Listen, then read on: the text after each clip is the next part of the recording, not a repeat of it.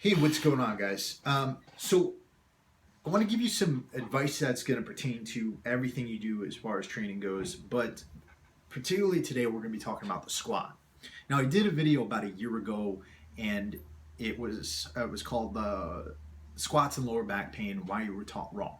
And my big argument here is that so many people are learning when they learn the back squat, they're learning how to just do the low bar back squat. And the low bar back squat is being put forth as this kind of panacea for people to be able to increase their squat. Now, here's the thing: you can do a lot more weight with the low bar back squat, and there's really nothing wrong with the low bar back squat if you're doing it properly. Um, but here's where I would use the low bar back squat, and this is where the distinction is going to come into play. The low bar back squat is good when you're doing a maximal lift for a competition. So training the low bar back squat, in my opinion, should come in the final stages of training for a competition, right? Training for a powerlifting meet. And the reason for training it is so that you know how to do it when you get on the platform. You're training your technique. But in my opinion, the low bar back squat is not necessarily the best technique for training to get stronger. And if it is overtrained, if that's the only variation that you are using, then you are on a path toward a very tight lower back all the time, toward having lower back muscles that are going to overactivate at points when you do not want them to overactivate, because you're training that recruitment pathway where you are going to be recruiting the muscles in your lower back. And it's also a technique that needs to be mastered before implemented, meaning that when you are going to use the low bar back squat, before you start adding on tons and tons of weight, you need to make sure that you're doing it properly, because in many ways the low bar back squat can put so much stress on the lower back, and really prevent you from being able to perform a natural squat, right? Can put you into a position where you are going to bend over whenever you try to do a natural squat. I mean, if you look at kids when they squat down to pick something up, they're not in a low bar back squat position.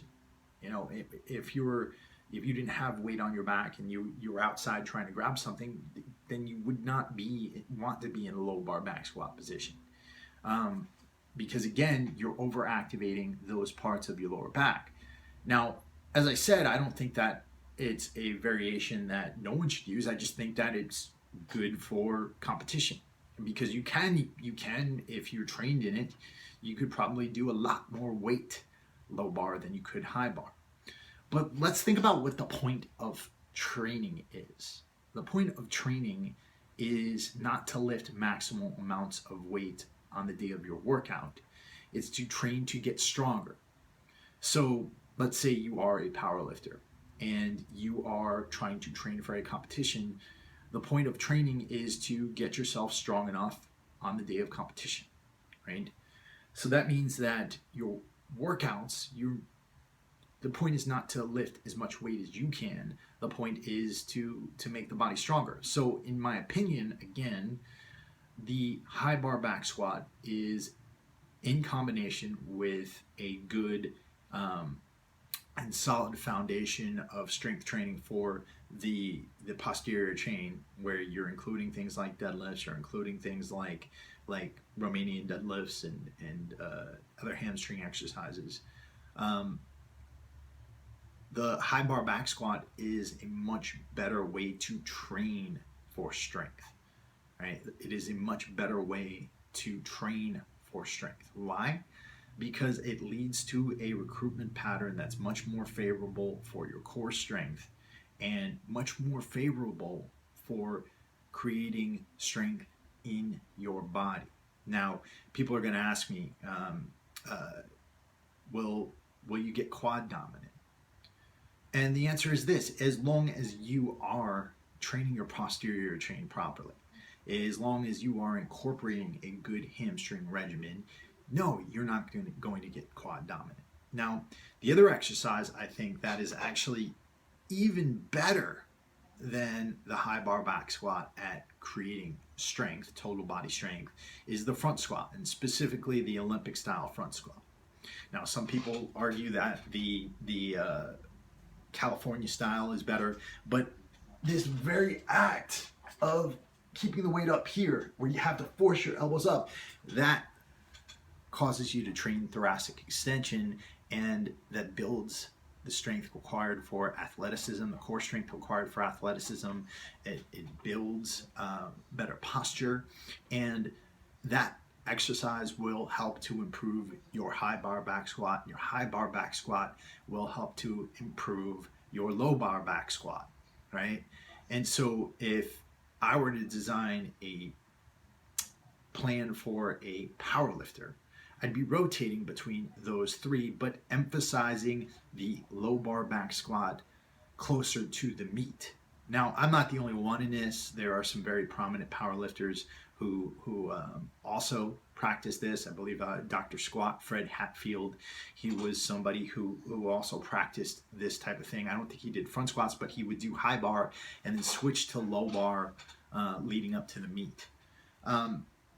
And I just want to emphasize that other point that I made, that, you know, the gym is not for you to be going in and impressing everybody with how much you can lift. It's to make you stronger. And if you want to get strong, you need to fill in those holes in your strength.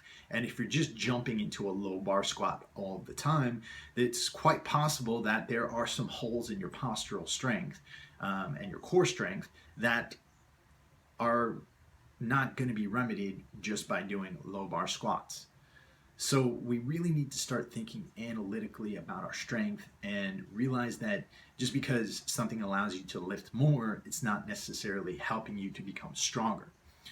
The last part of this is this. You know, I see a lot of bodybuilders using low bar squats, and that's fine again, but think about what you're trying to accomplish from the whole thing, right? If your goal is to increase your quadricep size, and you are doing low bar back squats, then, and you're putting more pressure on your posterior chain, then it's probably not the most beneficial exercise for you. In addition to that, one of the problems I see in bodybuilders a lot is the amount of imbalances they develop because they do exercises that allow them to do more weight, and this tends to develop imbalances.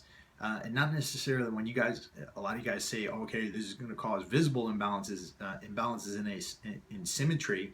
No, I'm talking about things that can lead to injury, things that can lead to hip problems, things that can lead to different types of knee problems, and things that can lead to things that will keep you from training and keep you from getting the benefits of training.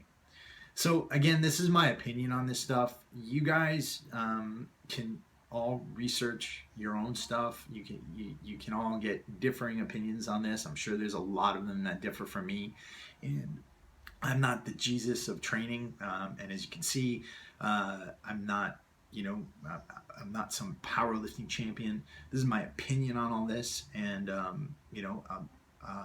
I'm free to talk about any differences in opinion you guys have, and I'll handle those respectfully. So if you have a difference of opinion, ask me, talk to me about it.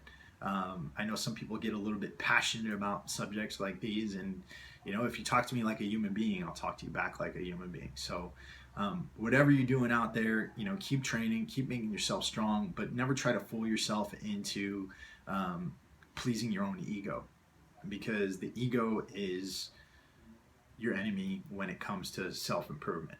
And if we're just going into the gym to impress other people with how much we can lift with a low bar back squat, it's not really the best thing for all of us, and it's not the best thing for your improvement. What we need to do is focus on getting stronger, putting the ego to the side, and figuring out ways to make ourselves better.